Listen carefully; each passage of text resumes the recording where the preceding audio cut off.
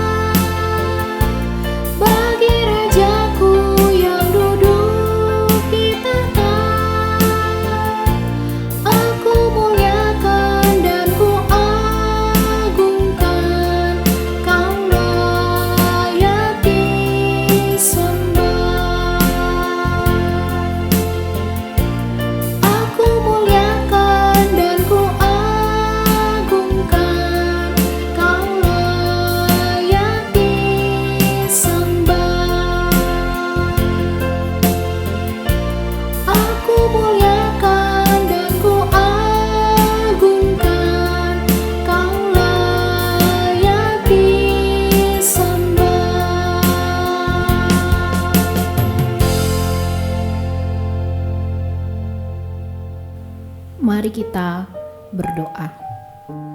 Segala pujian, hormat, dan kemuliaan hanya bagi-Mu Tuhan, pemilik dan pemelihara dunia serta seluruh ciptaan. Kami bersyukur kepadamu untuk segala kemurahan dan kebaikan yang sudah Engkau nyatakan di dalam sepanjang perjalanan kehidupan kami. Meski ada banyak hal yang sudah Engkau izinkan terjadi di dalam kehidupan kami, tapi kami tetap melihat tangan kuat kuasa Tuhan tidak pernah berhenti menopang kehidupan kami. Tapi kami juga menyadari Tuhan, bahwa dalam kehidupan yang kami jalani, kami seringkali mendukakan hati-Mu ya Bapa. Kami tidak taat melakukan kehendak-Mu dan berjalan menurut kehendak kami. Oleh sebab itu, kiranya Engkau berbelas kasih menyucikan dan menguduskan kami, sehingga kami boleh layak menghampiri-Mu ya Bapa. Berkatilah ibadah kami pada hari ini, dan biarlah segala pujian serta sembah kami sungguh berkenan di hati-Mu, dan nama-Mu sajalah yang dipermuliakan dalam ibadah ini. Amin.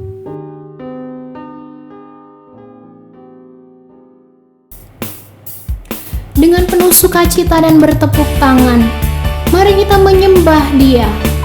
Kita percaya Allah hadir di tengah-tengah kita saat ini.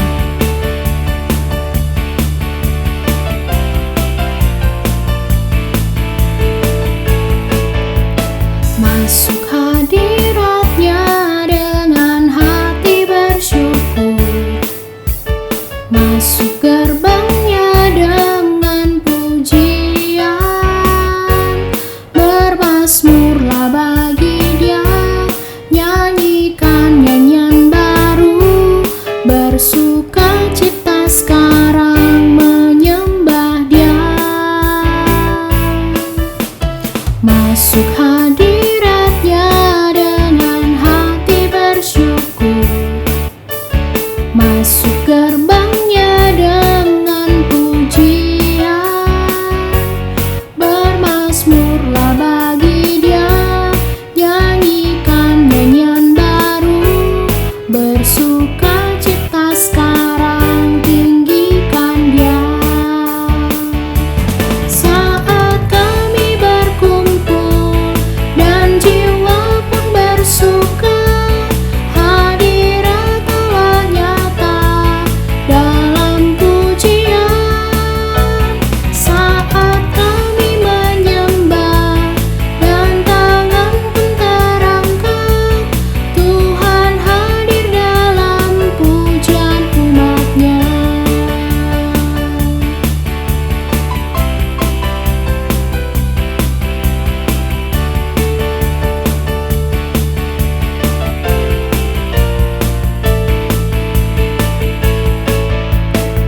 Masuk hadirat-Nya dengan hati bersyukur, masuk gerbang-Nya dengan pujian, bermazmurlah bagi Dia, nyanyikan nyanyian baru, bersukacita sekarang menyembah Dia. Masuk hadirat-Nya dengan hati bersyukur, masuk gerbang-Nya dengan pujian, bermazmurlah bagi Dia, nyanyikan nyanyian baru, bersukacita sekarang tinggikan Dia. Saat kami berkumpul dan jiwa pun bersuka, hadirat Allah nyata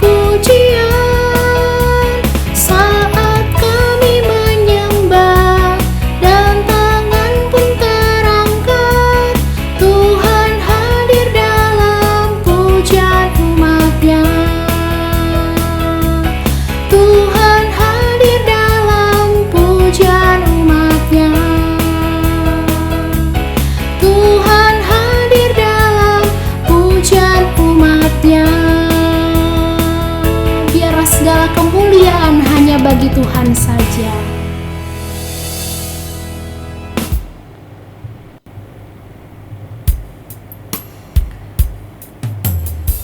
Saudara, kita menyadari bahwa segala hal yang ada pada kita asalnya daripada Tuhan.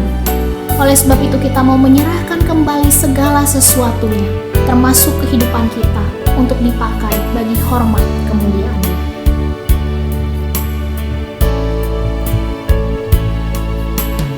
Ini aku, semua milikku, ku serahkan padamu Tuhan. Penyesalan dan kebanggaan, suka dan duka, semua ku serahkan.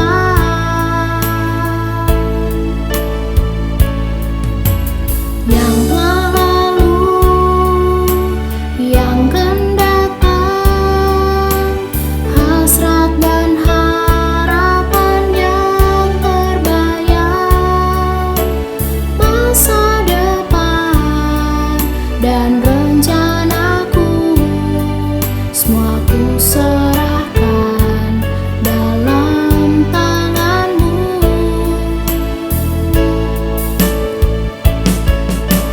Ku persembahkan hidupku kepadamu Tuhan, untuk kemuliaan-Mu. Ku berikan hidup ini sebagai persembahan yang berkenan padamu.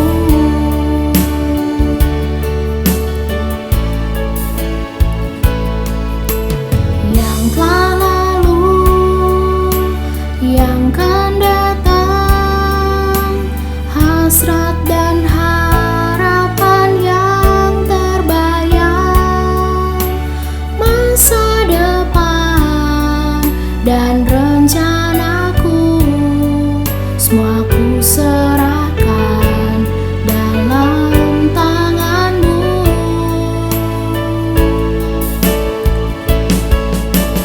Ku persembahkan hidupku kepadamu Tuhan, untuk kemuliaan-Mu. Ku berikan hidup ini sebagai persembahan yang berkenan padamu.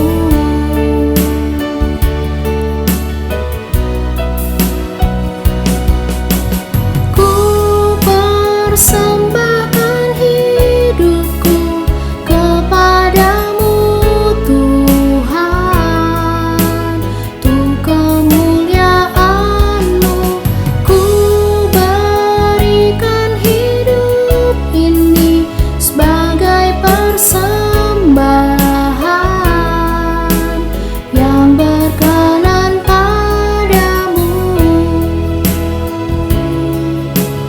Ku berikan hidupku kepadamu Tuhanku.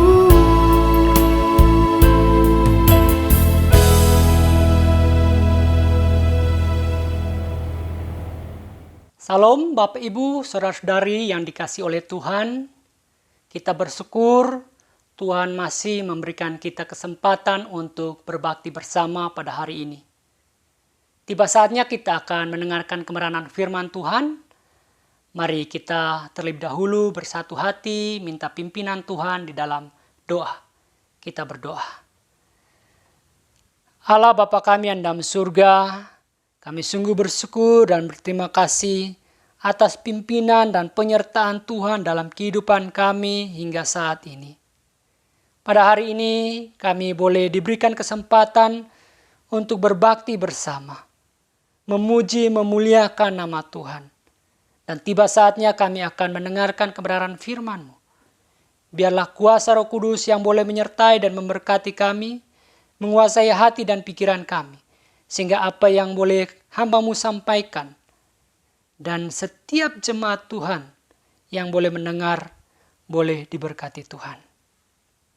Tuhan, berkatilah hati kami untuk ditaburi oleh benih firman Tuhan, agar benih itu boleh bertumbuh dan berbuah dalam kehidupan kami. Waktu pemberitaan firman Tuhan kami serahkan, biarlah Tuhan yang boleh memimpinnya. Nah itu berfirmanlah kepada kami ya Tuhan, karena kami sudah siap mendengarkan. Hanya di dalam nama Tuhan kami Yesus Kristus kami berdoa. Amin. Tema kita pada kesempatan hari ini tentang integritas dalam kekayaan. Saya akan membacakan beberapa ayat yang mendasari tema kita, dan Bapak Ibu boleh juga membaca dan mengikuti di dalam hati masing-masing. Mari kita lihat yang pertama, yaitu Keluaran 20 ayat 15. Dikatakan, jangan mencuri. Yang kedua, dari Ulangan 25 ayat 13 sampai 16 dikatakan, janganlah ada di dalam pundi-pundimu dua macam batu timbangan, yang besar dan yang kecil. Janganlah ada di antara rumahmu dua macam eva, yang besar dan yang kecil. Haruslah ada padamu batu timbangan yang utuh dan tepat. Haruslah ada padamu eva yang utuh dan tepat, supaya lanjut umurmu di tanah yang diberikan kepadamu oleh Tuhan Allahmu. Sebab setiap orang yang melakukan hal yang demikian, setiap orang yang berbuat curang adalah kekejian bagi Tuhan Allahmu. Yang terakhir di dalam Roma 13 ayat 8 berbunyi demikian. Janganlah kamu berhutang apa-apa kepada siapapun juga, tetapi hendaklah kamu saling mengasihi. Sebab barang siapa mengasihi sesamanya manusia, ia sudah memenuhi hukum Taurat.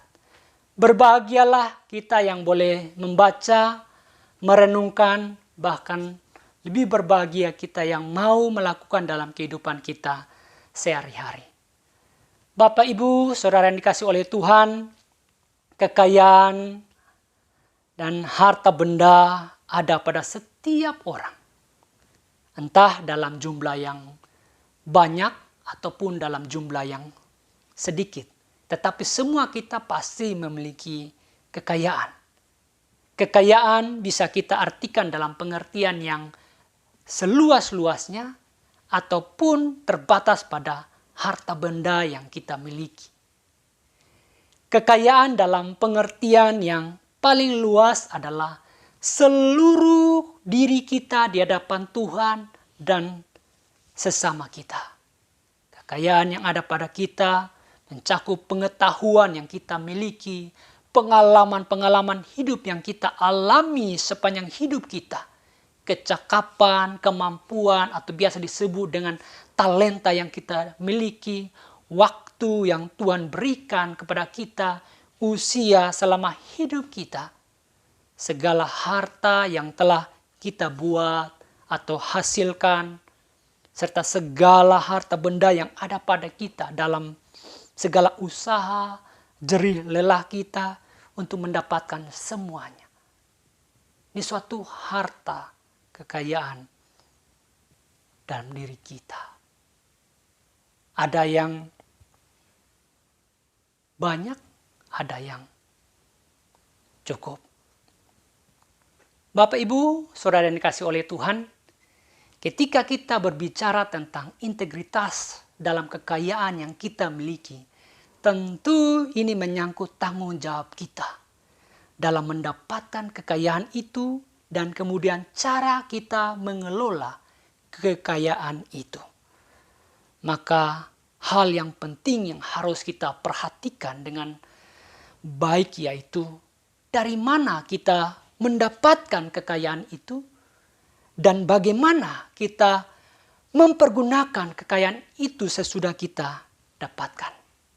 Bapak Ibu, kita perlu sadari bahwa tanggung jawab kita sangat besar dalam mencari kekayaan dan mengelola kekayaan yang Tuhan percayakan kepada kita. Untuk itu, mari kita perhatikan apa yang Tuhan sampaikan mengenai integritas terhadap kekayaan yang kita miliki. Yang pertama yaitu apa kata firman Tuhan tentang kekayaan kita. Ada dua hal yang perlu kita ketahui. Yang pertama yaitu kekayaan itu adalah pemberian Tuhan sendiri. Jadi itu adalah pemberian dari Tuhan bagi kita. Jadi seluruh hidup, seluruh kerja, karya, usaha, talenta, waktu, dan kesempatan yang kita miliki adalah semata-mata dari Tuhan sendiri. Mengapa demikian? Karena kita harus sadar bahwa kita datang di dalam dunia dengan tidak membawa apa-apa. Dan nanti pun kita mengakhiri hidup di dunia ini dan kembali kepada Sang Pencipta juga tidak membawa apa-apa. Seperti hal yang dikatakan dalam Ayub pasal 1 ayat 21. Dikatakan, dengan telanjang aku keluar dari kandungan ibuku. Dengan telanjang juga aku akan kembali ke dalamnya. Tuhan yang memberi, Tuhan yang mengambil. Terpujilah nama Tuhan. Artinya apa? Artinya adalah kekayaan yang kita miliki merupakan pemberian semata dari Tuhan. Melalui usaha atau kerja keras kita selama hidup di dunia ini, semua adalah anugerah pemberian daripada Tuhan. Tuhan adalah sumber dari hidup itu. Tuhan memberi berkat, kekayaan yang kita nikmati sampai hari ini. Maka tentu kita mestinya mendapatkan kekayaan secara benar. Karena semuanya berasal dari Tuhan. Saudara, kesadaran inilah yang akan menolong kita untuk kita memandang kekayaan. Bahwa apa yang kita miliki adalah milik Tuhan. Dan kita mengakui bahwa kita tidak akan memiliki apapun di dalam dunia ini tanpa Tuhan mengaruniakannya kepada kita. Sejak kita lahir ke dalam dunia ini, Tuhan sesungguhnya sudah memperlengkapi kita dengan talenta atau bakat di dalam diri kita. Tidak ada seorang manusia pun yang lahir di dunia ini tanpa perlengkapan dan berkat dari Tuhan. Semuanya, sekalipun seorang itu lahir di dunia ini dengan keadaan yang tidak baik, dalam arti tidak normal atau cacat, dan tidak seperti manusia pada umumnya. Tetap Tuhan memperlengkapi dia dengan kelebihannya sendiri di balik kekurangannya. Contohnya, kita bisa lihat seorang yang bernama Nick Vujicic yang lahir tanpa kaki dan tangan. Namun dia bisa menjadi motivator dan penginjilan bagi jutaan orang di belahan dunia. Seorang yang luar biasa diberkati, dipakai oleh Tuhan untuk menjadi berkat bagi banyak orang. Meskipun di dalam keterbatasannya. Dan masih banyak lagi contoh orang yang di dalam keterbatasan fisik. Mereka diperlengkapi Tuhan. Sehingga meskipun tidak ada tangan, mereka bisa memainkan alat musik, piano dengan baik. Mesti memakai kaki. Ada juga mereka yang buta, tidak bisa melihat, bisa memainkan alat musik. dan bisa menciptakan lagu-lagu yang luar biasa yang menghibur, menguatkan orang. Dan ada juga mereka yang dalam kekurangan fisiknya, mereka menjadi atlet yang hebat, mengikuti olimpiade. Sungguh luar biasa Tuhan. Dia melengkapi setiap manusia yang lahir di dalam dunia ini. Siapapun dia. Setiap kita diperlengkapi Tuhan dengan talenta atau bakat. Dan itu ada di dalam diri kita masing-masing. Dan itu menjadi suatu kekayaan bagi kita. Namun apakah ketika kita menerima talenta atau bakat itu kita berdiam diri saja dan tidak berbuat apa-apa? Tentu tidak. Kita perlu untuk mengembangkannya, menggali terus bakat kemampuan kita untuk memuliakan Tuhan. Karena itu yang kedua, kita mau melihat tentang kekayaan. Kita harus mengusahakan kekayaan dengan mencari. Kita mesti berusaha dari semua yang Tuhan berikan atau percayakan kepada kita, kita harus terus mengusahakannya. Contohnya perumpamaan tentang talenta di dalam Matius 25 ayat 13 sampai 30. Itu mengajarkan kita untuk mengusahakan dan mengembangkan talenta yang ada pada kita. Jika kita diberikan 2 talenta, maka kita perlu mengembangkannya menjadi 4. Jika kita diberi 5 talenta, maka kita harus mengusahakannya menjadi 10 talenta. Tetapi ada pengajaran Tuhan yang sangat keras mengenai mereka yang tidak mengembangkan talenta. Seperti dalam perumpamaan ini, seorang yang memiliki 1 talenta, dia tidak mengembangkannya, dia tidak mengusahakannya. Dan akhirnya talenta itu diambil daripadanya dan diberikan kepada orang yang memiliki 5 talenta. Dan orang yang tidak mengembangkan itu dihukum oleh Tuhan. Bapak Ibu saudara dikasih oleh Tuhan, disinilah kita perlu belajar bahwa apa yang Tuhan sudah berikan kepada kita tidak membuat kita bermalas-malasan, tetapi kita harus mengusahakannya. Kita perlu mengusahakan dan mencari dan terus meminta kepada Tuhan. Seperti di dalam Matius 7 ayat 7 sampai 8, Tuhan Yesus mengatakan bahwa mintalah maka akan diberikan kepadamu. Carilah maka kamu akan mendapat. Ketoklah maka pintu akan dibukakan bagimu. Karena setiap orang yang meminta menerima. Dan setiap orang yang mencari mendapat. Dan setiap orang yang mengetok baginya pintu dibukakan. Jadi jelas bahwa kekayaan itu berasal dari Tuhan. Dan kita harus meminta, mencari kepada sumber kekayaan itu. Adalah Tuhan yang hidup. Yang memberikan kepada kita semuanya. Saudara, sesungguhnya Tuhan itu sudah tahu. Dan sangat mengerti apa yang kita butuhkan, yang kita perlukan untuk kehidupan jasmani kita, yaitu pangan, sandang, papan. Tuhan juga menegaskan bahwa kita membutuhkan semuanya itu. Dan sebenarnya dialah yang menyediakan semuanya bagi kita. Asalkan kita mencari dahulu kerajaan Allah dan kebenarannya. Maka semuanya itu akan ditambahkan kepadamu.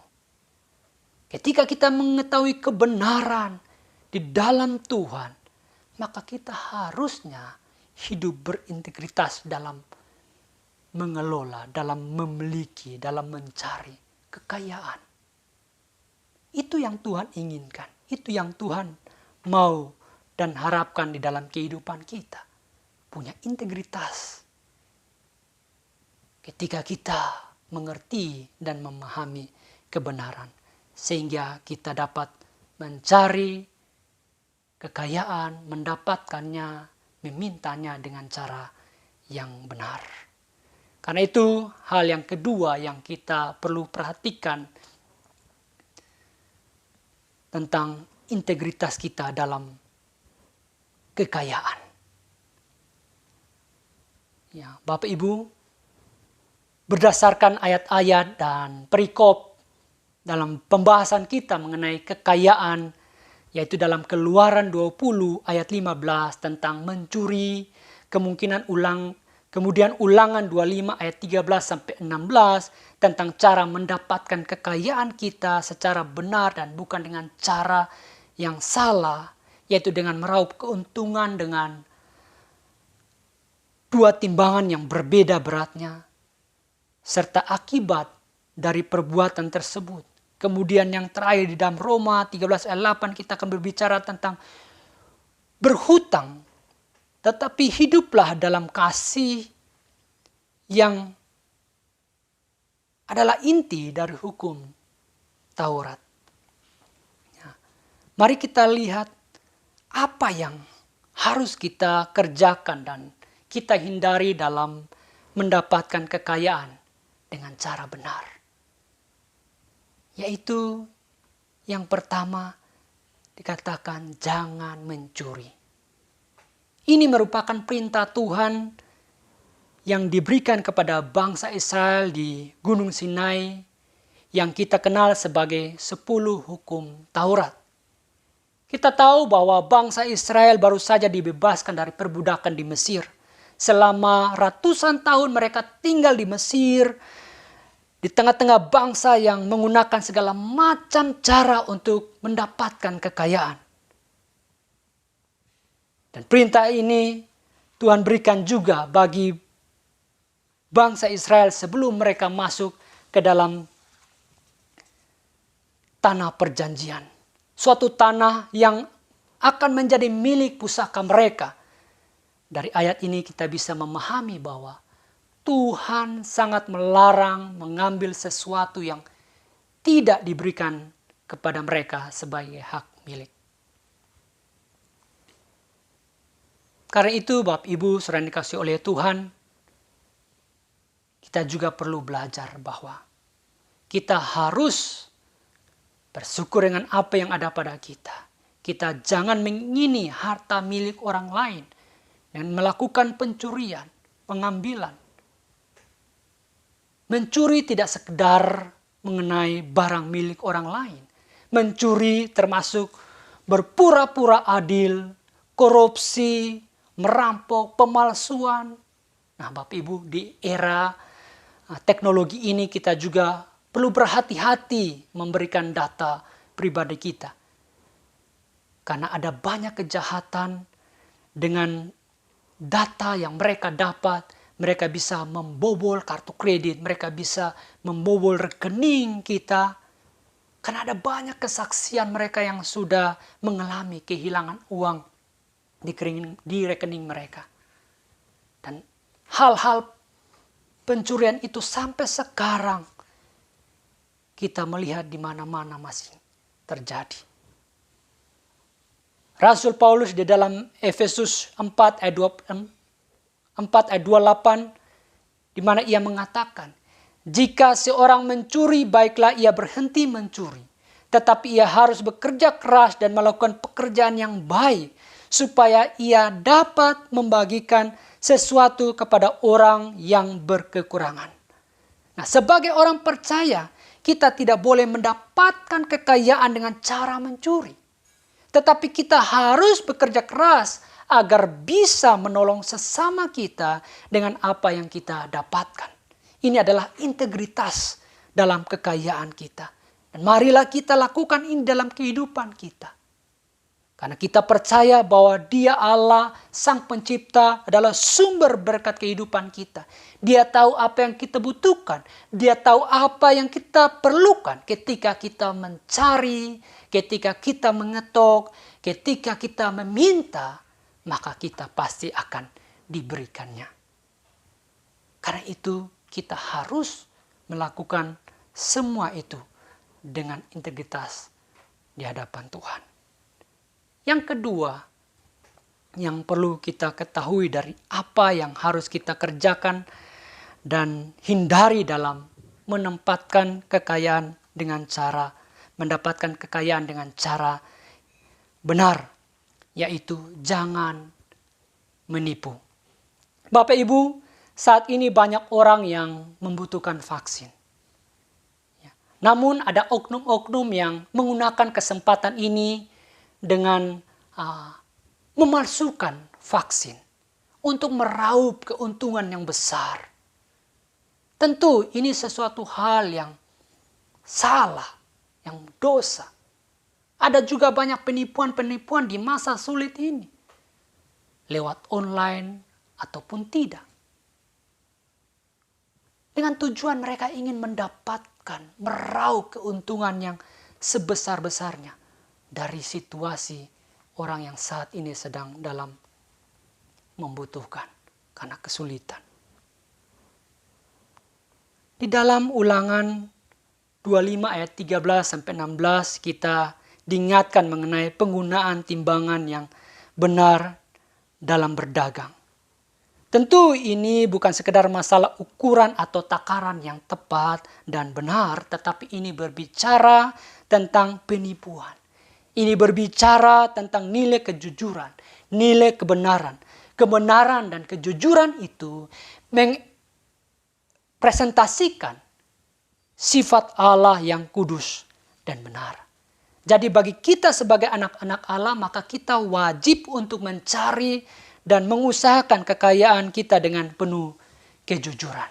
Bukan saja di hadapan manusia, tetapi kepada Allah yang adalah sumber dari kekayaan itu. Bapak Ibu, Tuhan tahu dan Tuhan memberikan tepat pada waktunya. Karena itu, biarlah kita mengerjakan segala sesuatu dengan jujur dan benar tanpa menipu. Yang ketiga, dari apa yang harus kita lakukan atau tidak di dalam mendapatkan kekayaan dari Tuhan, yaitu tidak berhutang. Dalam Roma 13 ayat 8a dikatakan, janganlah kamu berhutang apa-apa kepada siapapun juga, tetapi hendaklah kamu saling mengasihi. Di sini kita melihat ada dua kemungkinan untuk menerjemahkan ayat ini. Yaitu yang pertama, jangan kamu berhutang apa-apa kepada siapapun juga. Atau kedua, jangan kamu juga membiarkan kewajiban yang tidak diselesaikan terhadap siapapun juga. Saya ulangi, janganlah kamu juga membiarkan kewajiban yang tidak diselesaikan terhadap siapapun juga. Untuk mengerti yang mana, kita bisa melihat di dalam ayat yang ke-7 mengatakan, bayarlah kepada semua orang apa yang harus kamu bayar. Pajak kepada orang yang berhak menerima pajak, cukai kepada orang yang berhak menerima cukai. Rasa cukup kepada orang yang berhak menerima rasa takut, dan hormat kepada orang yang berhak menerima hormat. Apa artinya? Artinya bahwa kita harus membereskan segala kewajiban kita dan tidak membiarkan utang yang sudah harus dilunasi. Dikatakan waktu bayar pajak pada pemerintah, baiklah kita tepat membayarkan pajak. Waktu kita harus membayar cicil-cicilan, kita harus membayar pinjaman lewat cicilan. Jadi menurut ayat ini tidak melarang pinjam meminjam, tetapi setiap utang harus dilunasi tepat. Harus sesuai dengan perjanjian. Ya. Jadi kalau kita sudah perjanjian untuk melunasi kapan, kita harus tepati. Ya, memang kadang orang itu pinjam karena butuh. Tapi ada juga orang pinjam tidak butuh. Kalau orang pinjam butuh, orang pinjam karena mungkin mau usaha, orang pinjam untuk mengembangkan usaha, atau orang dalam keadaan kesusahan, sulit karena sakit, dia meminjam untuk pengobatan dan lain sebagainya. Silakan. Namun ketika waktunya untuk membayar, kita harus membayar tepat waktu. Yang tidak diperkenankan orang-orang yang berhutang itu hanya tujuannya membiayai gaya hidup yang hedonis, mengikuti kesenangan, mengejar kebahagiaan palsu yang dibangun di atas kesombongan.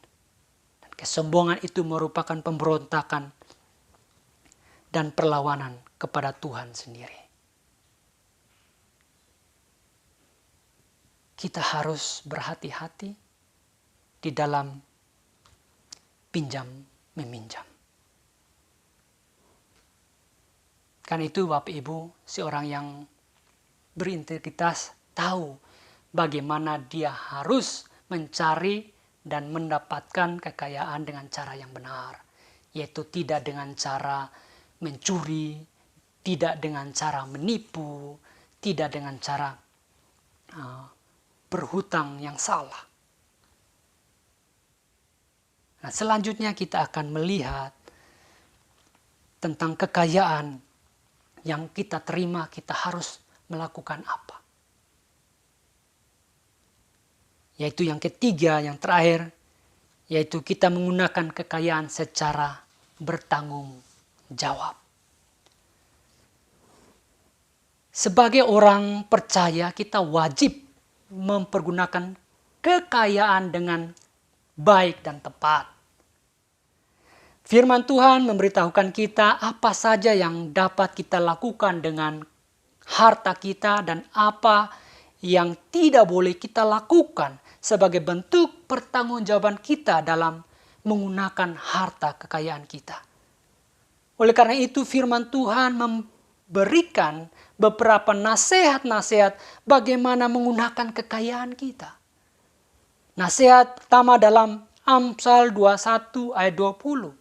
Mengingatkan kita untuk tidak menggunakan kekayaan secara salah.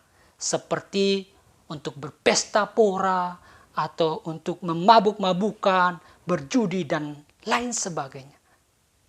Tuhan tidak perkenankan. Jadi kekayaan yang kita diberikan kepada kita itu tidak diberikan supaya kita bebas menghambur-hamburkan, memuaskan keinginan nafsu daging kita. Tetapi kita harus juga dengan harta kekayaan kita bisa menolong sesama kita yang membutuhkan. Seperti halnya di dalam Kisah Para Rasul 2 ayat 44 sampai 45 dan pasal 4 ayat 32 sampai 36 itu persekutuan jemaat mula-mula. Ya, persekutuan jemaat adalah wadah di mana kita dapat membagi kekayaan kita secara tepat dan benar. Ini adalah bentuk pertanggungjawab kita terhadap kekayaan yang kita miliki kepada sesama kita, terutama dalam persekutuan orang percaya. Dan jemaat mula-mula telah memberikan contoh yang baik dalam memanfaatkan kekayaan mereka secara baik. Baik untuk diri mereka, baik untuk keluarga, maupun untuk sesama orang percaya. Bagaimana mereka hidup di dalam kasih.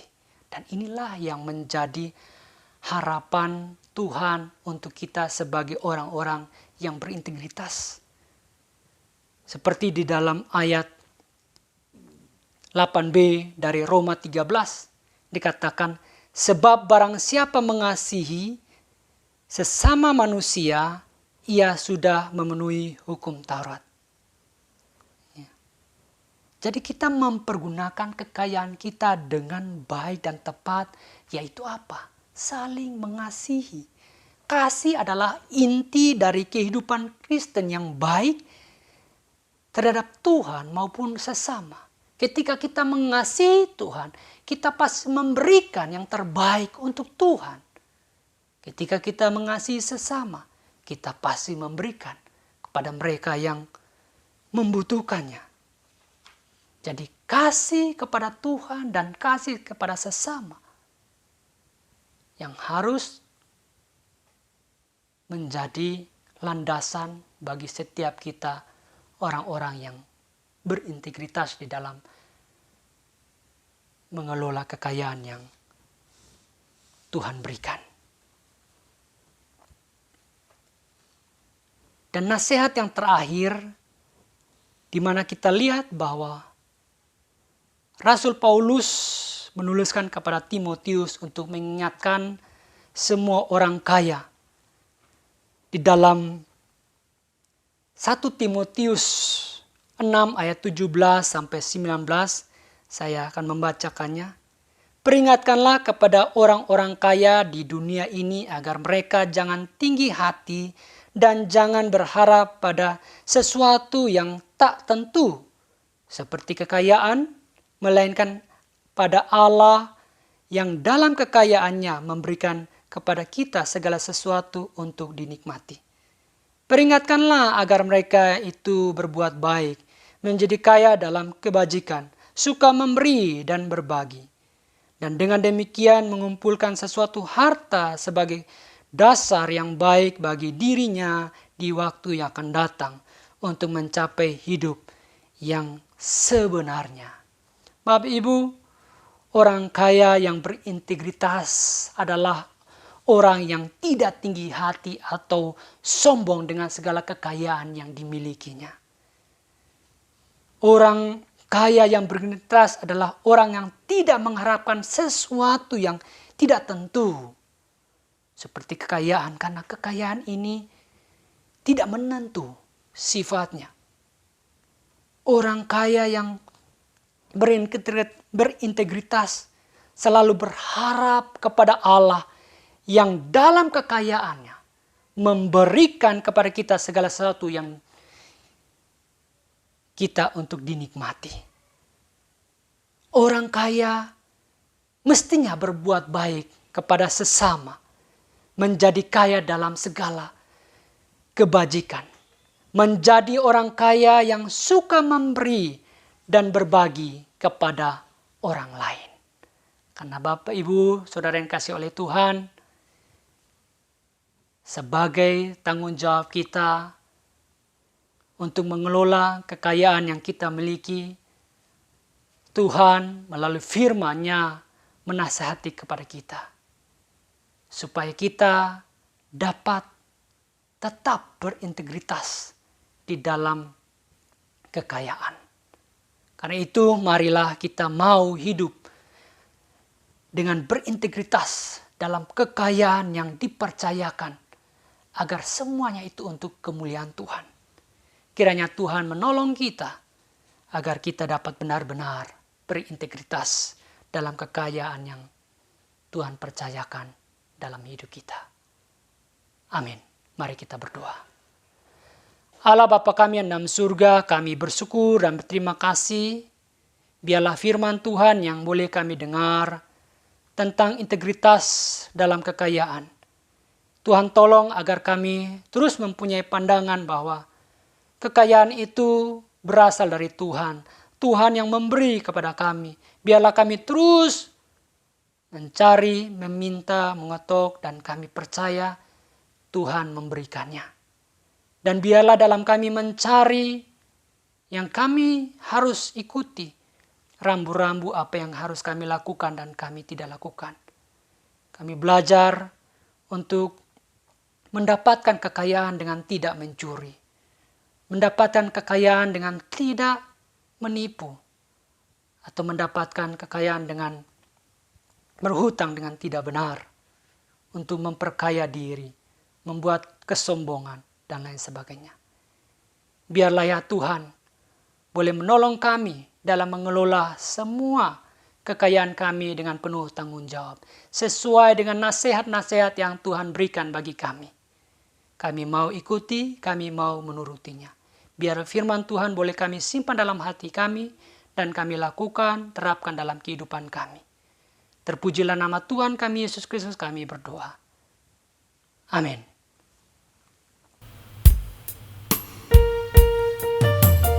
Saudara, kita bersyukur dan bangga karena memiliki Bapa yang tidak pernah meninggalkan kita. Karena itu mari kita terus berkomitmen untuk menyatakan Tuhan di dalam seluruh kehidupan kita. Di telapak tangan-Mu tertulis namaku, di dalam genggaman-Mu seluruh hidupku. Sungguh bangga ku punya Bapa seperti-Mu, yang tak pernah melupakanku. Di tengah badai hidup Kau menemaniku, di atas gunung batu Kau bawa diriku. Sungguh bangga ku punya Bapa seperti-Mu, yang tak pernah meninggalkanku. Ku nyatakan Engkau Tuhan di hidupku, Tuhan di setiap ucapan dan perbuatanku.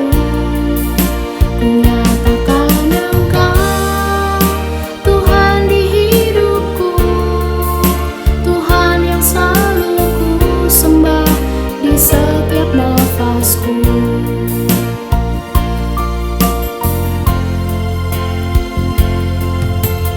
Di tengah badai hidup Kau menemaniku, di atas gunung batu Kau bawa diriku. Sungguh bangga ku punya Bapa seperti-Mu, yang tak pernah meninggalkanku.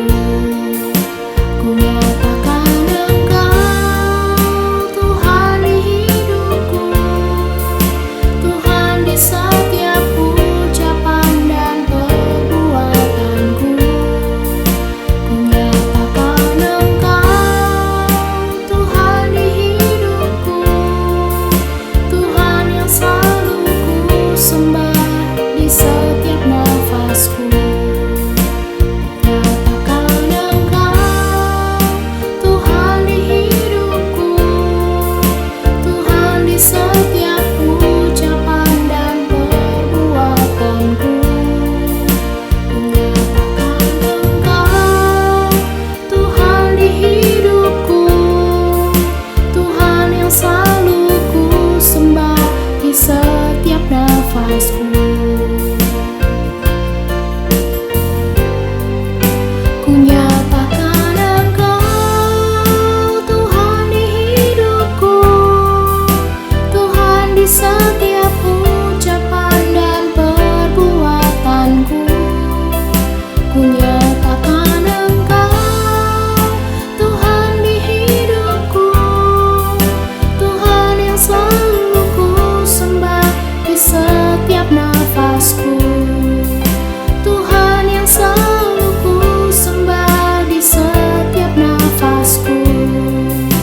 Tuhan yang selalu ku sembah di setiap nafasku.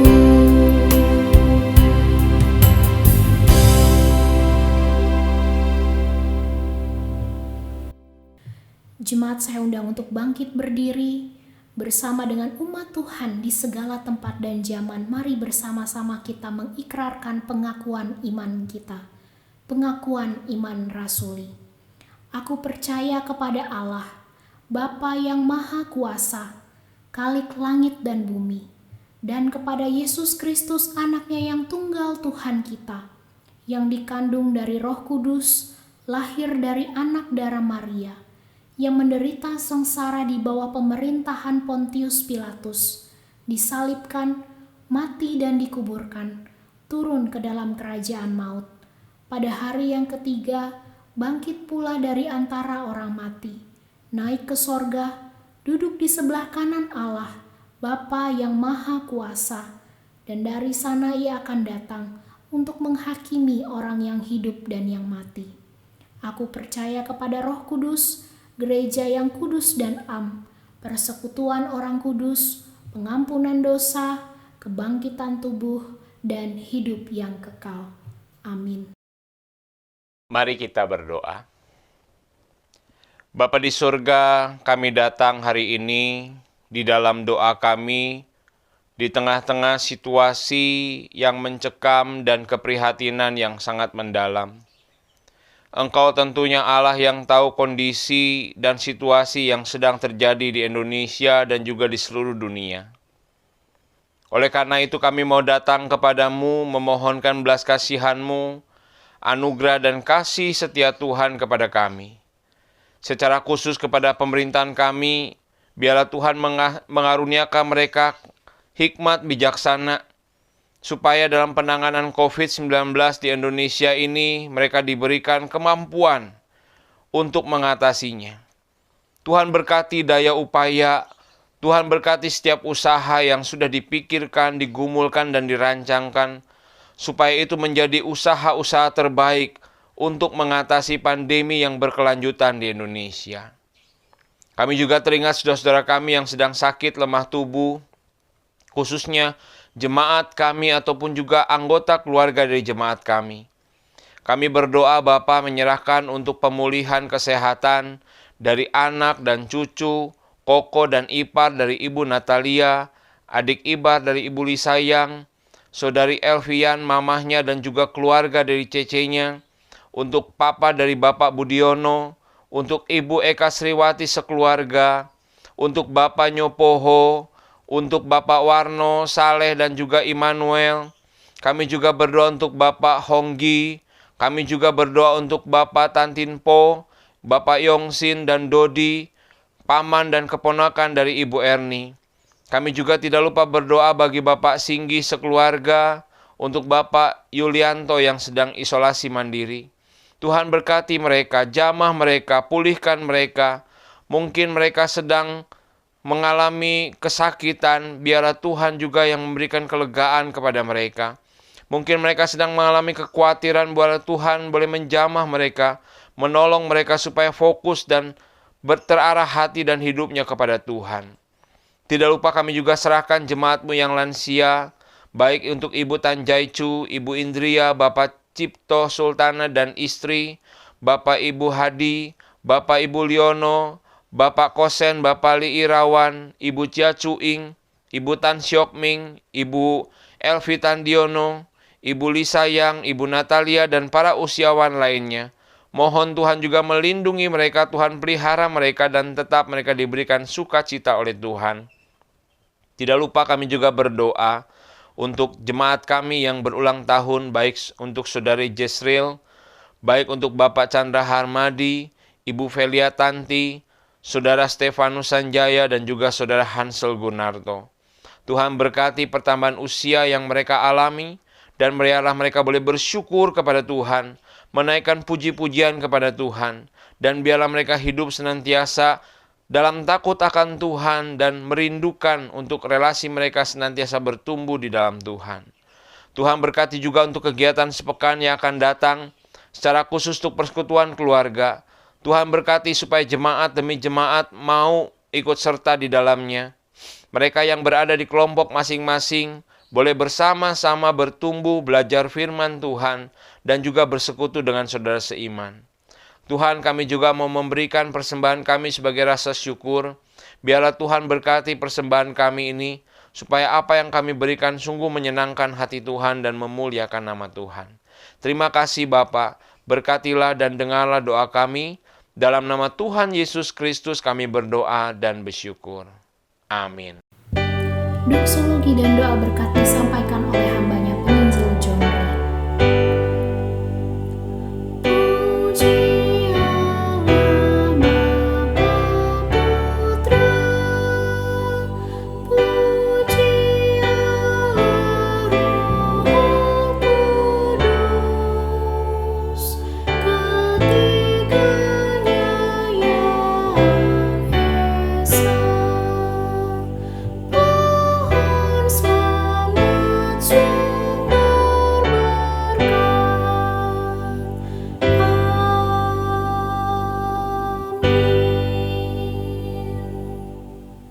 Sidang jemaat yang dikasihi Tuhan, kita akan menerima berkat daripada Tuhan di akhir kebaktian kita.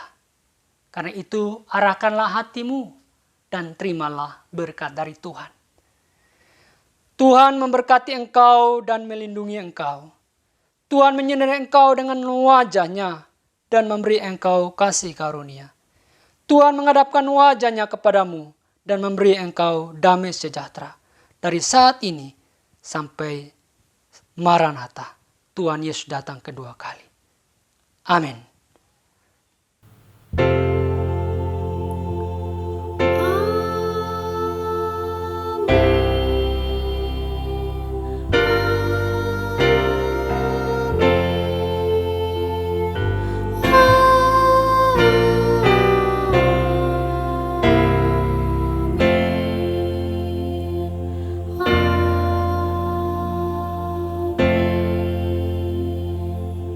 Jemaat dipersilakan duduk kembali, silakan bersaat teduh sejenak. Selamat hari Minggu, Tuhan Yesus memberkati saudara dan saya.